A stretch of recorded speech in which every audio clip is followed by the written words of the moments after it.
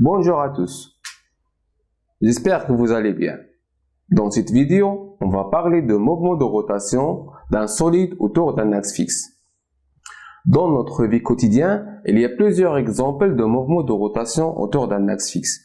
Par exemple, quand on veut ouvrir une porte, ou bien quand on tourne la clé, ou bien les aiguilles d'une montre. Dans cette vidéo, on va essayer à répondre à plusieurs questions. Parmi eux, comment je peux savoir si un corps solide fait de mouvements de rotation autour d'un axe fixe? C'est-à-dire, quelles sont les caractéristiques d'un mouvement de rotation? La deuxième question, est-ce que tous les points d'un solide animé d'un mouvement de rotation ont à chaque instant le même mouvement? On prend par exemple ce disque-là. Je repérais 3 points. Un point au centre, une autre ici au milieu, que s'appelle M1, et ça c'est M, et l'autre ici. Je peux l'appeler M2, ou bien M'. M1, M, M1, M2. C'est bon. Quand je fais tourner le disque, qu'est-ce que je peux constater? Que les points décrivent des cercles centrés sur l'axe de rotation. Attention, je peux constater aussi que le point qui appartient à l'axe de rotation reste immobile. On fait une autre. Par contre, les autres points décrivent des cercles centrés sur l'axe de rotation, mais des diamètres différents. Alors, qu'est-ce qu'on peut dire?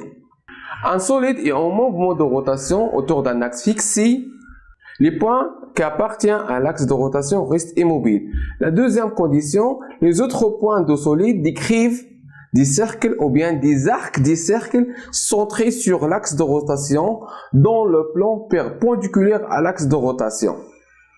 J'ai une autre question. Au cours de la rotation d'un corps solide, comment je peux repérer les points de solide?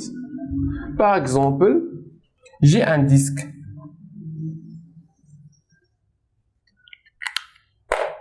Je peux l'associer d'un repère cartésien.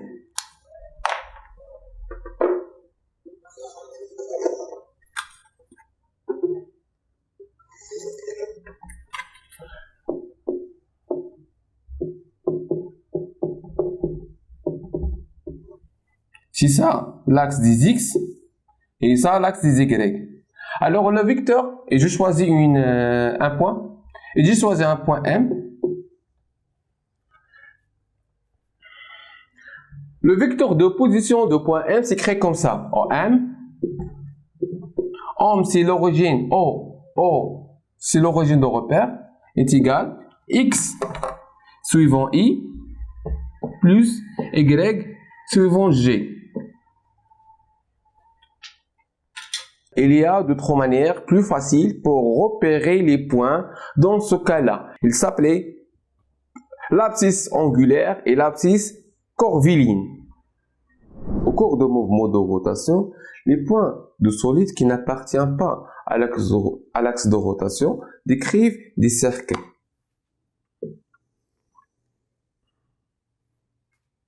Alors, pour repérer un point M sur sa trajectoire C, il suffit de choisir arbitrairement une demi-droite qu'on va l'appeler OA.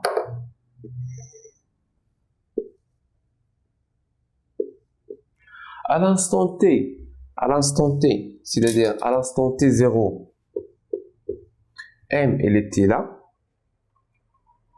À l'instant T, 0 plus delta T, le vecteur OM, il a fait un angle, le vecteur OM, il a fait un angle θ. θ égale OA, OM.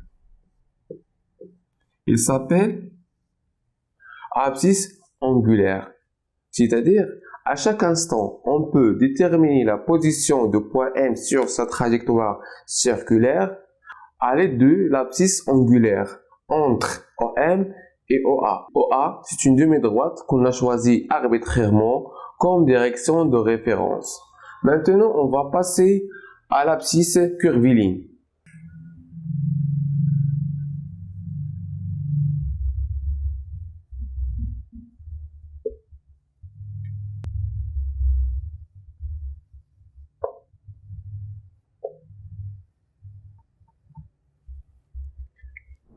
On sait que la trajectoire du point M est un cercle.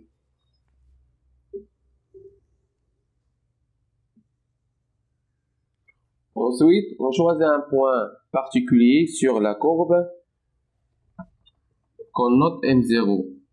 C'est-à-dire à l'instant T0, M il était à la place de M0. Après un peu de temps, M, le point M, il a traversé la distance et est devenu ici, c'est-à-dire à l'instant T est égal T0 plus delta T. La distance curviligne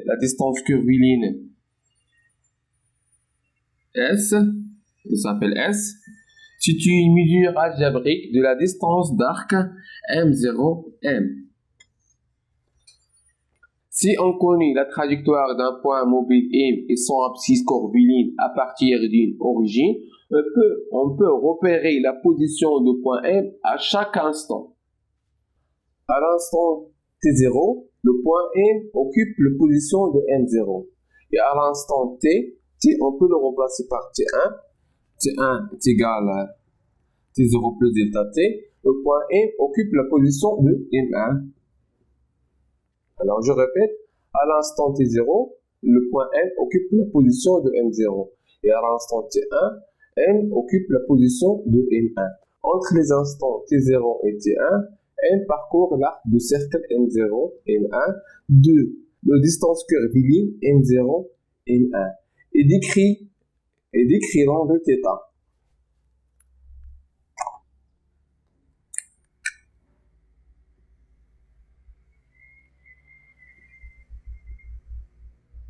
Si on choisit arbitrairement la demi-droite O, M0 comme direction de référence et M0 comme origine de l'abscisse curviligne, alors la relation qui existe entre l'abscisse angulaire et l'abscisse curviligne, c'est la suite.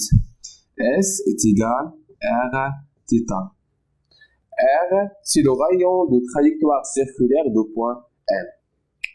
S, c'est l'abscisse curviligne qui est égale l'arc M0, égale la distance curviligne M0, M1. Et θ, c'est l'abscisse angulaire. θ, c'est en radian. R en mètres. Et l'abscisse curviligne en mètres.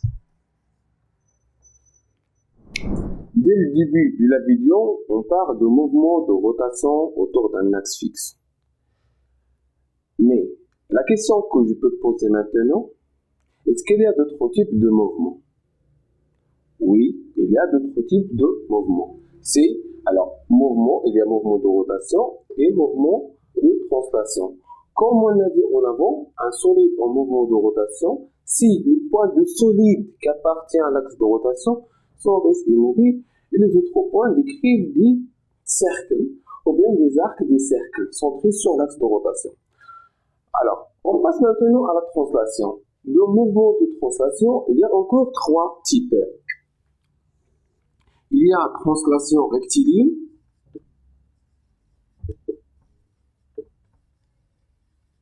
et un autre type curviligne, et circulaire.